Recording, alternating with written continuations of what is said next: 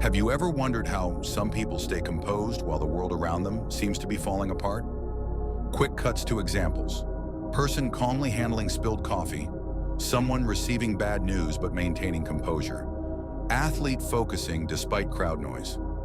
What if I told you there's a 2,000-year-old philosophy that's more relevant today than ever before?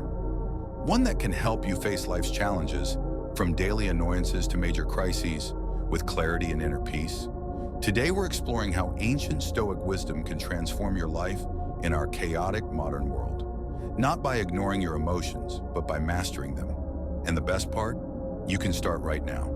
3 years ago, my life was in shambles. I'd lost my job during company-wide layoffs, my 10-year relationship had ended, and to top it all off, my apartment flooded the following week. I was angry at the world, consumed by anxiety, and completely overwhelmed. Everything felt personal, unfair, and beyond my control. Then during one of my sleepless nights, I stumbled upon a quote from Marcus Aurelius.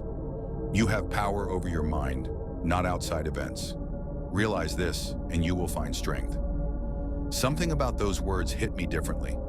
I began exploring Stoicism, not as some academic exercise, but as a practical toolkit for my very real problems. What I discovered wasn't about suppressing emotions or becoming cold and unfeeling. Instead, I found practical wisdom that helped me stop fighting reality and start focusing on what I could actually control. And that made all the difference. Section 1. What Stoicism really is. Let's clear up some misconceptions. Being Stoic in everyday language means showing no emotion. But true Stoicism is something entirely different. Stoicism is a philosophy founded in Athens around 300 BCE. Its central idea is that we can't control external events, but we can control how we respond to them. Stoic philosophers like Seneca, Epictetus, and Marcus Aurelius weren't emotionless robots. They were real people who faced exile, slavery, and the pressures of ruling an empire. They developed practical strategies to maintain inner peace despite life's challenges. At its core, Stoicism teaches us to distinguish between what we can control and what we can't. This simple but profound idea is captured in what I call the Stoic triangle. While that might sound obvious, most of us spend our days doing the exact opposite, trying to control things we can't while neglecting what we can. Section 2. Practical Stoic techniques. Let's explore 4 practical Stoic exercises you can use immediately in your daily life. Practice 1. The dichotomy of control. Epictetus said, "Some things are within our power, while others are not." On one side, write down what you can control, your thoughts, judgments, decisions, and actions. On the other side, what you can't, other people's opinions, the weather, the economy, the past. Try this exercise when facing any problem. Ask yourself, what aspects of this situation can I influence, and what must I accept? Communicating clearly with insurance, and maintaining my daily routine despite the chaos. Practice 2. Negative visualization. The Stoics practiced something they called premeditatio malorum, the premeditation of evils. This isn't pessimism. It's a psychological technique to reduce anxiety and increase gratitude. Here's how it works. Take a few moments each day to imagine losing something you value, your job, your health, a relationship, or modern conveniences. Don't dwell on this, but briefly consider, what would I do if this happened? This practice builds emotional resilience for when real challenges occur and helps you appreciate what you have right now. After imagining life without clean running water for a week, that morning shower feels pretty amazing. Practice 3. The view from above. Marcus Aurelius suggested regularly stepping back to see our problems from a cosmic perspective. When you're stuck in traffic or facing criticism at work, try this. Mentally zoom out and see yourself as part of a vast universe that has existed for billions of years. From this perspective, how important is that argument with your colleague? How significant is that delayed flight? This isn't about dismissing your problems as meaningless. It's about right-sizing them. When I practice this, I find immediate relief from daily stresses and a renewed sense of what truly matters. Practice 4. The Stoic Journal. Both Seneca and Marcus Aurelius practiced daily reflection through writing. Each evening, take 5 minutes to review your day. Ask yourself, where did I succeed or fail in practicing virtue? What could I have done better? What am I grateful for today?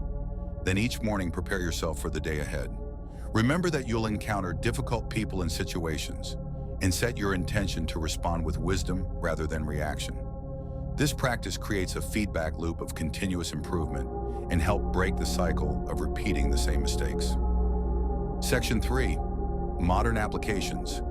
Stoicism isn't just for ancient Romans. Let's look at how these principles apply to 3 very modern challenges. Digital overwhelm. The Stoics taught that we should be careful about what we let into our minds. Apply the dichotomy of control to your digital life. You can't control the 24/7 news cycle or algorithm-driven outrage, but you can control your engagement with it. Try creating time boundaries for social media and news consumption. Use the Stoic journaling practice to notice how different types of content affect your mental state. Career uncertainty. In a world of AI, automation, and constant disruption, career anxiety is at an all-time high. The Stoics would approach this by focusing on developing inner qualities rather than external achievements. Focus on building transferable virtues, reliability, creativity, wisdom, fairness that serve you in any context. And remember negative visualization, regularly asking, what would I do if I lost my job tomorrow? Isn't pessimistic, it's preparedness that reduces anxiety. Relationships. Our understanding of others is constantly filtered through our judgments and expectations. Epictetus reminds us, people are not disturbed by things, but by the views they take of them. When someone upsets you, practice separating their action from your interpretation. Ask yourself, is there another way to interpret this situation? What virtues can I practice in my response? This doesn't mean accepting mistreatment, but responding with wisdom rather than reaction. Conclusion and call to action. Stoicism isn't about becoming emotionless. It's about responding to life's challenges with wisdom instead of automatic reactions. These practices won't make you perfect, and they won't solve all your problems, but they offer something perhaps more valuable, a framework for facing life's challenges with greater equanimity and purpose. I'd like to challenge you to try just one of these practices every day for the next week. Then come back and share your experience in the comments. Which technique resonated most with you? What situations did you apply it to? I've created a free downloadable Stoic starter kit with journaling prompts and daily practice reminders. You'll find the link in the description below. Remember what Epictetus taught us.